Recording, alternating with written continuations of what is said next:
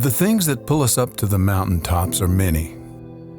They can be small things or huge things.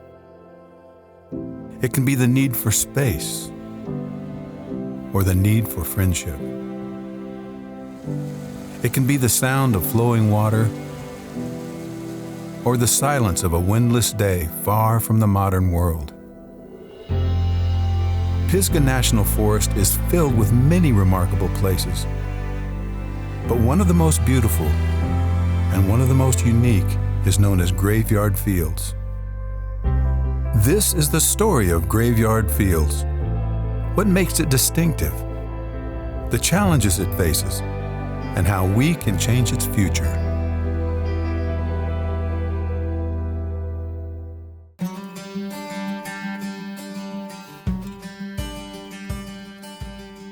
Graveyard Fields is created by high mountain ridges with 6,000-foot peaks that surround a high elevation valley, and you don't see that very often in our western North Carolina forests. This high elevation valley sits just below one of the highest ridges in the Pisgah Range and is accessible along the northwest side of the Blue Ridge Parkway.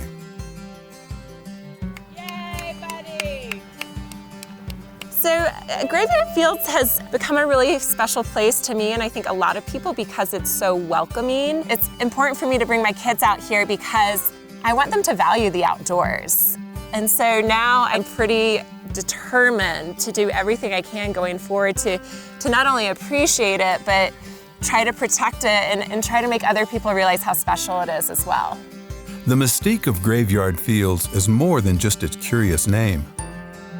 For generations, people have come to this high country to see and experience this unique place. And for generations, people have been working to preserve and protect it. While its beauty can often hide much of its dramatic natural and human history, heavy use and abuse are affecting Graveyard again. Trails are often muddy and washed out. Critical and fragile habitat for threatened species is declining. And the experiences we seek at Graveyard Fields are changing. The Pisgah Conservancy and other partner organizations are concerned and are working with the U.S. Forest Service towards solutions.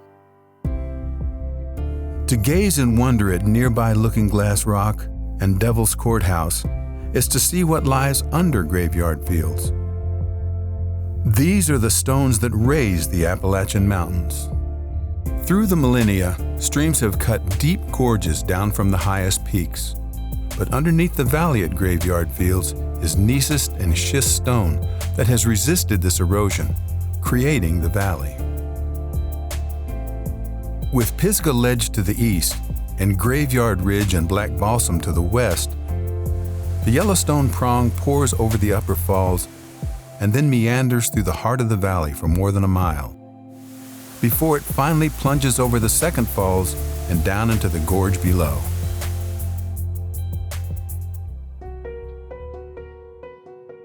This spine of the Pisgah Range above 5,000 feet of elevation creates a climate zone that is more similar to parts of Canada than to the southern United States, with plant and animal species suited to this habitat remaining from the last glacial period. The open valleys are supported by wide open meadows, which have a acidic soil base, which makes them more likely to grow the heath-covered areas like the rhododendron and the laurel, also the brambles of blueberries and blackberries. The Carolina northern flying squirrel lives up in the higher reaches in the spruce fir forest here at Graveyard Fields. In the Yellowstone Prong is the native brook trout, which is our only native trout in this area. But they prefer high mountain streams with cool, clear water, and that describes the Yellowstone Prong. The black bear is native here, and also the white-tailed deer. There are high elevation mountain bog ecosystems here, which are very rare in our southern Appalachians, but they do support extremely rare, even endangered species, such as the mountain bog turtle. So there's a wide range of ecosystems all within a triangular section here, right north of the Blue Ridge Parkway.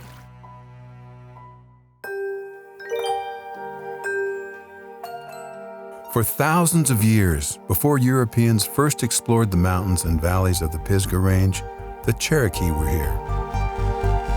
The high mountains around graveyard fields are rich with the myths and legends of the Cherokee. The high country to the Cherokees is a place that you go and visit to commune with the spirit. It's a magical place for the Cherokee.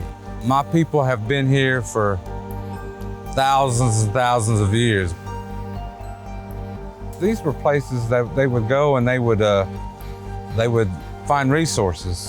They would go there in the summer months. It was cooler there, and it was a place for us to go and maybe pick blueberries and to gather. And so our connection, I feel, runs deep. Then, for generations, settlers slowly moved into the valleys and coves of these mountains, farming small tracts of land, but the highest points were left untouched.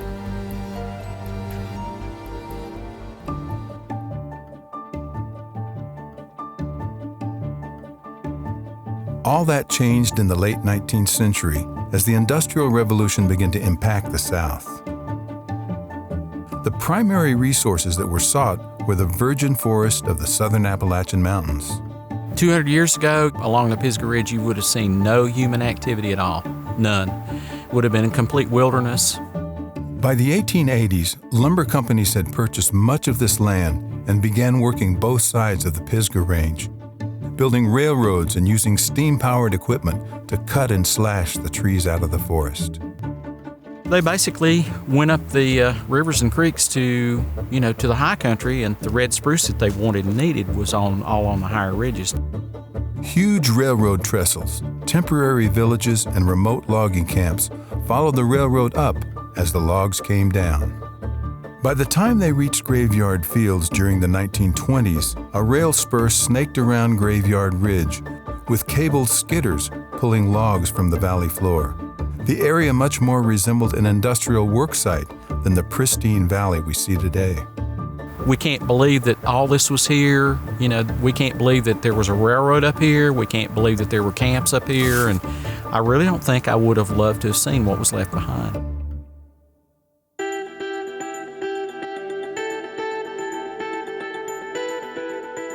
The name Graveyard Fields evokes much curiosity and folklore and seems to have originated from a few different events. One possibility was recorded in 1882 by a group of bear hunters. What they saw was that a massive windstorm had blown down the impressive spruce forest that had thrived in the rich soil of the valley, leaving behind mounds and holes that would resemble a giant burial site.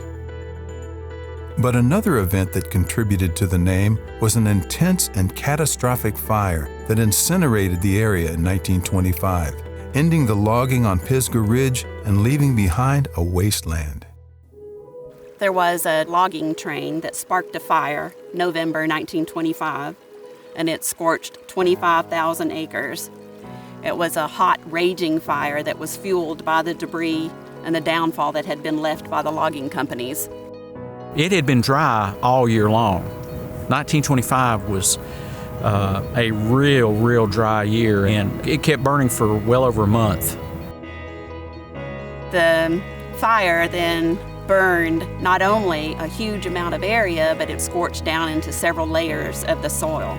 It was susceptible to heavy rainfall and washed away many of the minerals and nutrients that were valuable for plant regrowth. The fire and erosion removed the earlier graveyard mounds, but left the entire area dotted with scorched tree stumps that once again gave it a graveyard-like appearance. The first time I saw it was probably 67 or 68, right around in there, so about 50 years ago. And there was a lot of grass, very few trees. There were lots and lots of stumps that were still there. They were probably about knee-high, a lot of them were. And the area looked like a graveyard. I mean, it literally did look like a graveyard. In 1936, this land, including Graveyard Fields Valley, was sold to the U.S. Forest Service, joining the Pisgah National Forest, which had been established in 1916 after the death of George Vanderbilt, using much of the land he had preserved.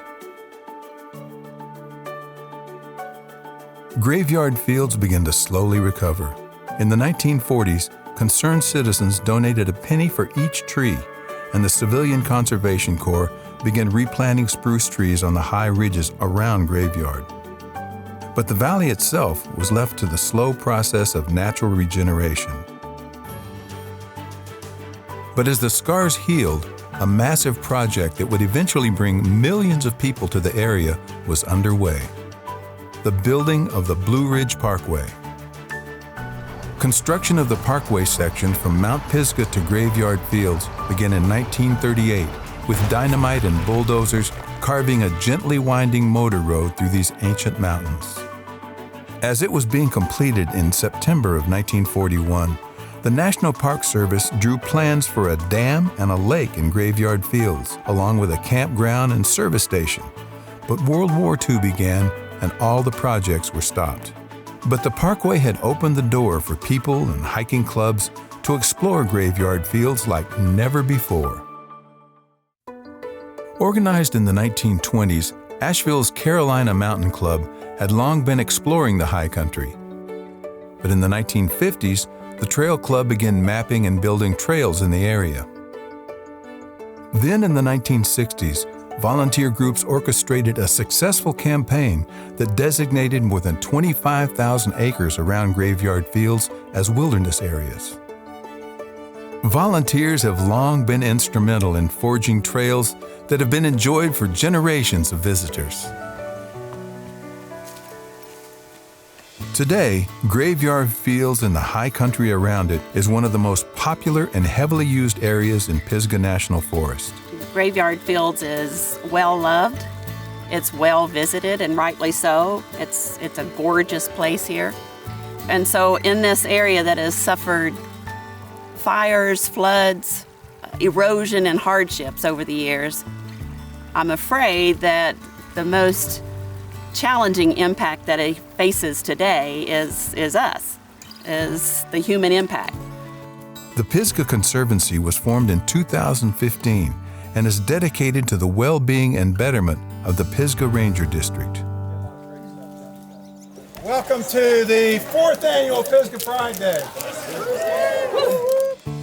They provide critical funding to help maintain the vast network of trails and amenities to high standards, while growing and protecting this treasure for future generations. Today, the legacy of stewardship to preserve Graveyard Fields continues as new efforts are underway to respond to the heavy use and to restore and protect Graveyard. With a generous grant from the Lastinger Family Foundation, the Pisgah Conservancy and its partner, the U.S. Forest Service, are also working in close coordination with the National Park Service to develop plans for projects that will repair and restore the heavily used and eroded trails, with hiker-friendly sustainable trails, bridging, and wayfinding enhancements. Live staking of natural plants and grasses will be used to help restore damaged areas of the Yellowstone Prom. And another critical aspect of the project will be the planting of native red spruce trees in selected areas in and around Graveyard Fields. These trees will restore and expand the native habitat of the high country and are key for many species, including the northern Carolina flying squirrel. With no road access into the Graveyard Fields Valley, getting supplies for these projects where they're needed is complex, sensitive, and costly. This is where the Pisgah Conservancy and its supporters and volunteers can be essential to this restoration work.